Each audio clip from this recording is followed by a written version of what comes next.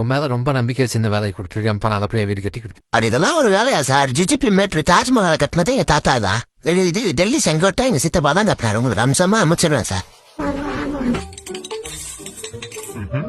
பையன் உண்மையில கில்லியா இருக்கானையா. இனி நம்ம இங்கிருந்து ஒரு பிரயோஜனம் இல்ல. ஊர் சைடு போயிட்டு பொறுமையா வருவோம். பண்டைய எஸ்கேப் டேய். மாடு குதிரை எல்லாம் இங்க வா.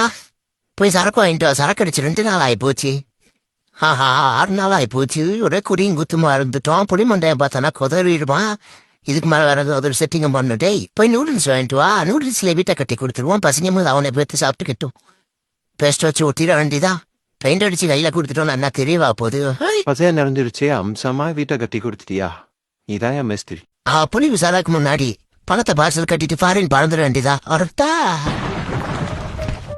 மாலை நீ தான்டா மேஸ்திரி. உனைய மாதிரி ஒரு ஆலோசனை தான்டா வீட்டை கட்டணும்.